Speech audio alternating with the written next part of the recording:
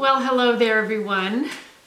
I'm Kaye and I'm on my Tennessee homestead and I'm decompressing a little bit. I thought I was going to have company today. My friend Linda was driving from originally New York, but last night Cincinnati to me on her way to Texas. And she had engine trouble. The car's in the shop and she flew home. So I was madly trying to clean my house because, you know, when the focus is, for me anyway, a lot of the focus here is outside. And of course I'm making videos, which is, I have to edit inside. So I'm doing one or the other, and I'm rarely just cleaning house. I wanted to talk about something that's on my mind, and that is, I don't take anything for granted. You know, one of my last videos was you got to roll with the punches. You know, things happen, your cat gets sick, your kid gets sick, something happens. You've got to stop what you're doing and take care of it as best you can. And we don't take a lot of time to just sit down and decompress and think about how lucky we are. I mean, when I think about how my mother grew up and how I grew up, two different things. And of course today we have all of these electronic devices that we're, you know, cameras and phones and all of these things that we're so, you know, they're sort of bonded to the hip. And when do we ever just sit back, check out, and go, wow, I am so grateful. I don't take anything for granted. I just had a nice hot shower, pulled on my softest, oldest, most comfy clothes. It's cold outside. And I don't take it for granted that I've got a heater that works, and I've got a fireplace, and I got a lot of wood, and of course I've worked very hard to stock up. But I don't take that hot shower for granted at all. Because yesterday I turned on the water and it didn't come on. And all my pipes have been sputtering since yesterday. So that shower felt awfully good. In fact, I was going to take a shower yesterday and no water. So it really felt good. And I don't take anything for granted. You know, I don't think we can afford to. We don't know. We're not promised another minute, another day, another week. You know, it's been very hard for me to have a 5-year plan ever. You know, of course, when you have a child, you have an 18-year plan right there, 20-year plan. But I've never been able to say, okay, this is what I'm going to be doing in 2 years, in 4 years. I know a lot of successful people are able to do that, but I've never been able to do that. I've been asked by some viewers, subscribers, you know, why did you get a place like this? You know, more than I can handle. And I knew when I bought this place that I would need help. I knew I couldn't manage all this by myself. I mean, if all I wanted to do was just live here and keep the grass and the lawn mowed and everything, obviously I can get a service to do that. I don't have to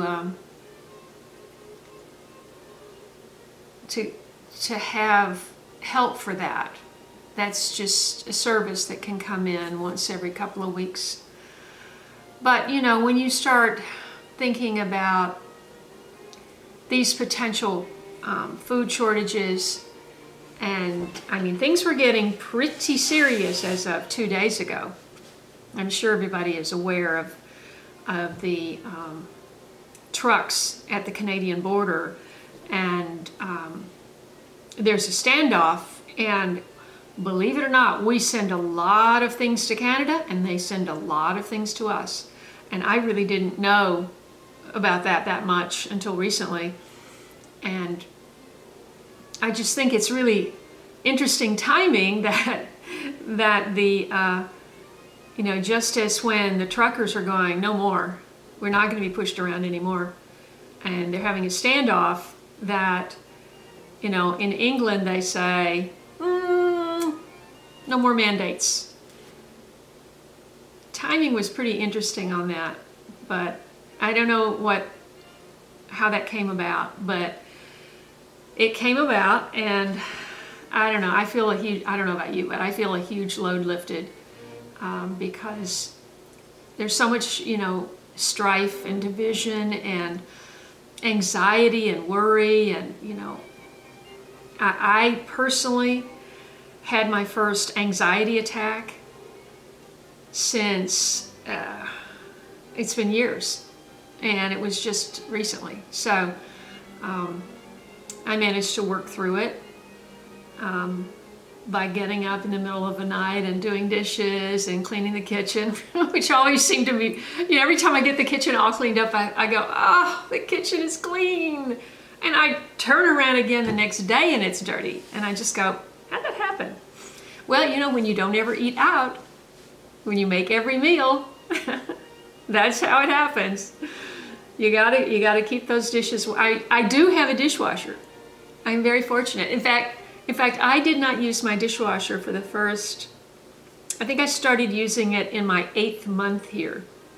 Because I thought, last winter I didn't cook at all. I am telling you, I bought a lot of frozen fish, frozen vegetables, and I had the freezer down there full, and I would just pull out something out of that, and ate very similar meals like every night. And so now I'm cooking more, and guess what? More mess. And of course now I'm doing cooking videos, and believe it or not, in a cooking video things look clean and neat, and boy, the mess that you make behind the scenes. When you're making a film, when you're watching a film, or when you're watching me right now, this is what you see. This is the frame. They say in photography there's really 3 main things. Photography or filming. Any type of capturing an image is what you contain within the frame. That's why you're always seeing directors go like this all the time. You always see these pictures of directors posing like this because they're trying to imagine what is in that frame and what do they want out of that frame. Do they want that tree in there? Do they want that in there? Well, my house is messy, so there's no way to. This is a pretty decent backdrop for me. I have a lot of stuff piled up, but it's what you put in the frame. Of course, your subject needs to be compelling, and then of course how you light it. Those are the big things. Sound is as important as light, but many people don't think of that, especially amateurs never think that sound is as important as the lighting, but it really is. And they say that a viewer can look at video and forgive poor quality video easier than they can forgive bad sound. And it's true, because if you can't understand what they're saying, you've watched the scene for nothing, right? So I remember being so frustrated, and I've told this story before, so if you've followed me from the beginning, you've heard me tell this story. But I went to watch, I almost said Pirates of Penzance, that's the Broadway show, right? Pirates of the Caribbean, or Caribbean, with Johnny Depp. And it was at the very end of the movie, there were some credits, as I recall. This was the first one. I believe it was the first one. The credits roll up, and then they have some outtakes at the end or something. And so the very last, and so I was in a movie theater. I can't even remember the last time I've been to one. But we had migrated, during the credits, we had migrated out. I know you're not supposed to do that. And as an actor, I really know you're not supposed to do that, but we had. We had migrated to the back. I was standing in the back, behind the back row.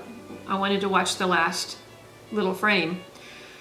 And Johnny Depp comes on in a medium close-up. We call a medium close-up like from here to here. This is a close-up. This is a medium close-up, you know. And if you see the whole body and everything around it, that's a wide shot. So he's in a medium close-up and he says something. And the last word, I couldn't understand what he said. And I go, what? What? I mean, it's the punchline, I guess, at the end of the movie. We're supposed to get a big kick out of that, right? But I couldn't understand what he said. And I thought, how many millions and millions and millions of dollars did they pump into that movie? Well, I don't know what he said. If you know what he said, please leave me a comment below.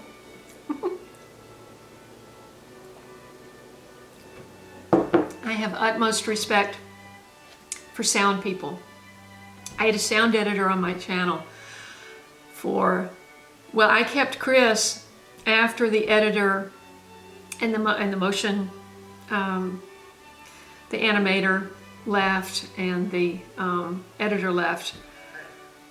I kept my sound person because I thought, well, maybe I can make a good enough picture, but she can make everything sound good.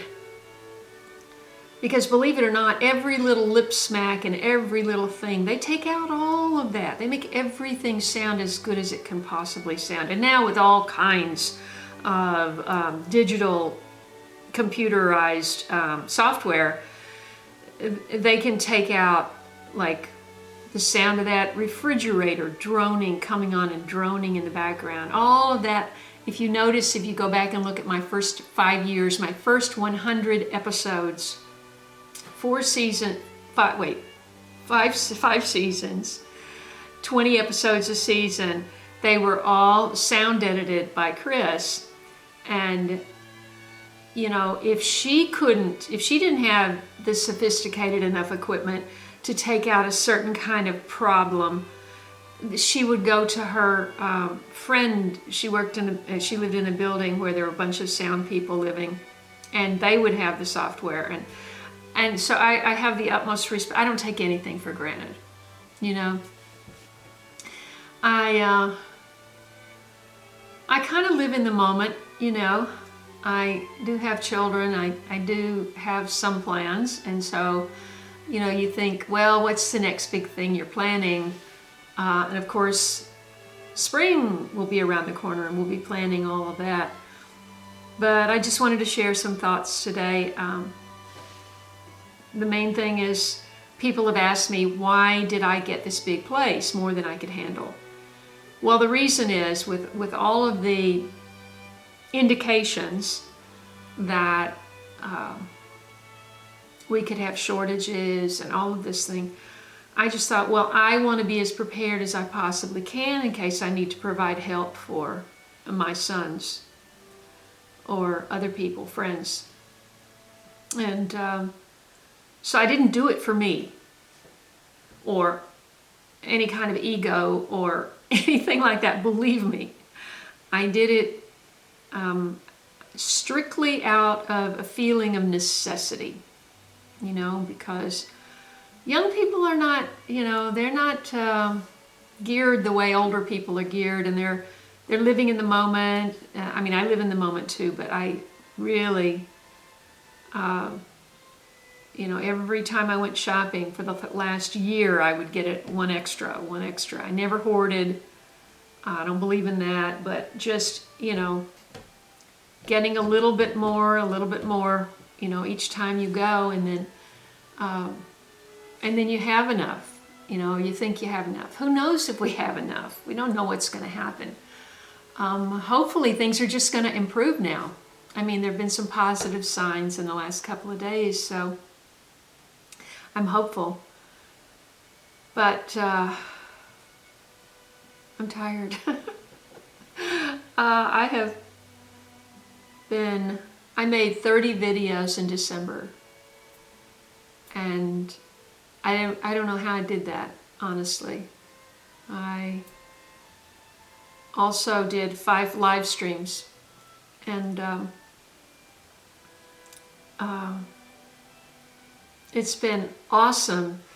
The best thing about it is, hearing from people, and especially people that feel that I've inspired them, or, had a tip or something. There's my phone. I better go see who's calling me. That was Lila. I missed the call. I'll call her back. She's my new friend from Scottsdale.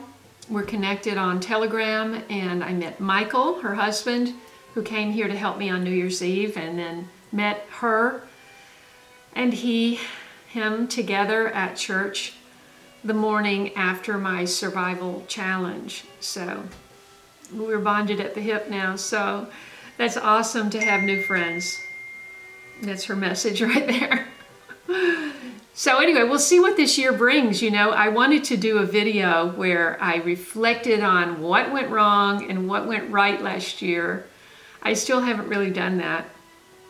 Or what my goals are for 2022. I haven't done that either. I've ordered some more seeds. So I want to do a big video where I have way more seeds than I need, but as you know, as I'm sure you know, seeds were hard to come by. Seeds were hard to come by last year. And so a lot of people are stocking up this year, getting them while they can. So I want to assess all of that, figure out what I really want to focus on. One of the things that people have said to me the most is, really concentrate on, keeping it smaller and not getting so spread out, so stretched so thin, especially with no help. So if I don't get help, obviously I have to do that. There's no way that I can do all this on my own. So I will do what I can, and as I, figure things out, I'll be sure and share it with you. But thanks so much for listening and being a part of my life. It makes a big difference, me being here alone, knowing that you're watching and you're rooting for me, and you're hoping things work out. I still have to resolve the water issue, but now I'm told it's too wet. It's going to be too wet till spring to dig any kind of trench. The previous owners lived with a situation like that since the house has been here in '88. So that's one thing, but on the other thing, I don't really want to let it go either. I don't like to do that. So I have a lot of things to figure out, and I'll be sure and share those with you as I figure them out. But don't take anything for granted. Appreciate every minute, and I look forward to talking to you in the next video, and I hope you subscribe, hit the bell for notifications, scroll down and click all so you won't miss anything right here on my homestead. God bless, and I'll see you in the next video.